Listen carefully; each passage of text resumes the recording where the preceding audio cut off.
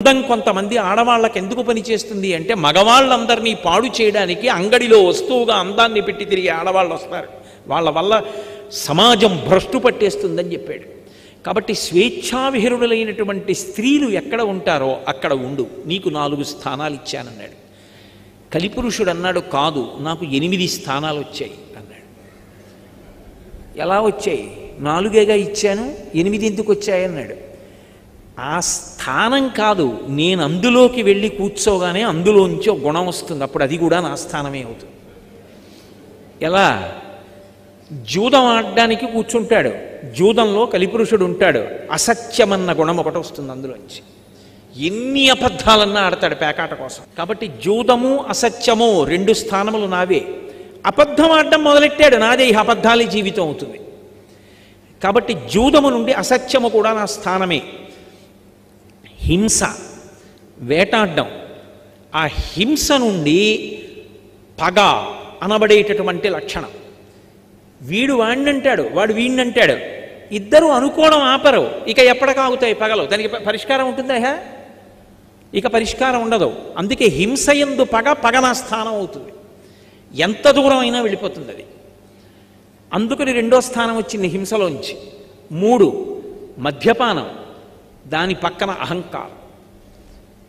ఎంత మంచివాడో, 3 గుటకలు పుచ్చుకున్నాడో, ఏమిటో నోట్లోంచి ఎన్ని మాటలో, ఎక్కడలేని ధైర్యం.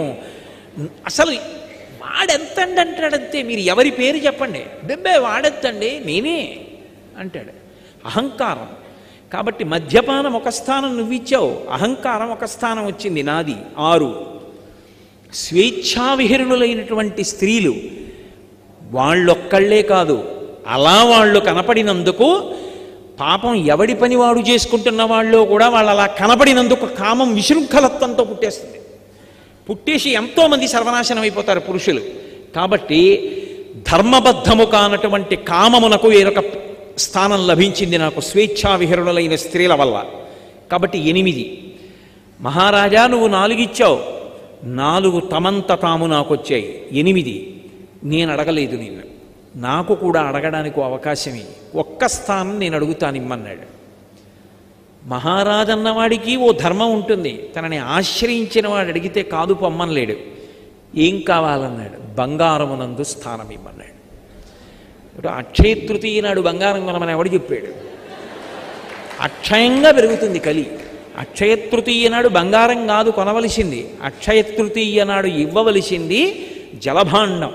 నీళ్లతో ఉన్న కుండ శుభ్రంగా 2 రోజుల ముందు కడిగి చల్లటి నీళ్లు పోసి ఏలాలభంగ కనసార సుగంధి తీర్థం దివ్యం వియచ్చరితే ఘటేషు పూర్ణం అన్నట్టుగా అందులో లవంగాలు అవి వేసి సువాసనాభరితమైన నీళ్లతో కూడినటువంటి జలభాండాన్ని దానం చేస్తే అక్షయమై ఏ ప్రాణిగా తానున్నా కూడా నీళ్లకి లోటు ఉండదు. దాహం వేసినప్పుడు నీళ్లు దొరుకుతాయి. ఆ నీళ్లు దొరకపోవడం పెద్ద బాధ.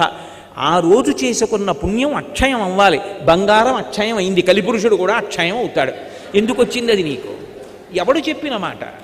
కాబట్టి బంగారము నాకు స్థానమే. పరీక్షిత్ నవ్వి అన్నాడు, ఇచ్చాను, తీసుకో అన్నాడు. మహారాజా 4 ఇస్తే 8 అయ్యాయి, బంగారం వల్ల కూడా ఇంకో స్థానం వచ్చిందండి. నీకు బంగారం వల్ల ఏమొచ్చిందన్నాడు? వైరం. ఇద్దరూ ఒక ఉద్యోగమే చేస్తున్నారు. ఆవిడ ఎన్ని నగలో పెట్టుకుంటుంది, వాళ్ళ పుట్టింటి వారు ఇచ్చారని ఊరుకుంటారేమిటి? లోపలికి వచ్చి ఎన్ని మాటలో, ఎలా సంపాదించాడు అనుకుంటున్నారు? ఈశ్వరుడు చూడడు, అనుభవించే రోజు రాదు. ఎంత వైరమో! బంగారం ఒంటి నిండా పెట్టుకోవడమే శత్రుత్వానికి కారణం. ఆఖరికి ఆ బంగారం ఏం చేస్తుందంటే అకారణ శత్రుత్వం చేత ఏమైనా చేయించేస్తుంది. బంగారం ఉంది కాబట్టి వైరం. ఇప్పుడు పరీక్షిత్ ఇచ్చిందోటి, పరీక్షిత్ తనంత తానిచ్చినవి 4, కలిపురుషుడు కోరితే ఇచ్చింది 1, అనుగుణంగా దానికి అనుషంగికంగా వచ్చినవి 5. మొత్తం ఆ 5 ఈ 5 కలిపి 10 స్థానాలు వచ్చాయి. ఈ 10 స్థానాలు అడ్డు పెట్టుకుని మొత్తం అందరిలోకి ప్రవేశించేశాడు. అది కలిపురుషుడు యొక్క గొప్పతనం అంటే.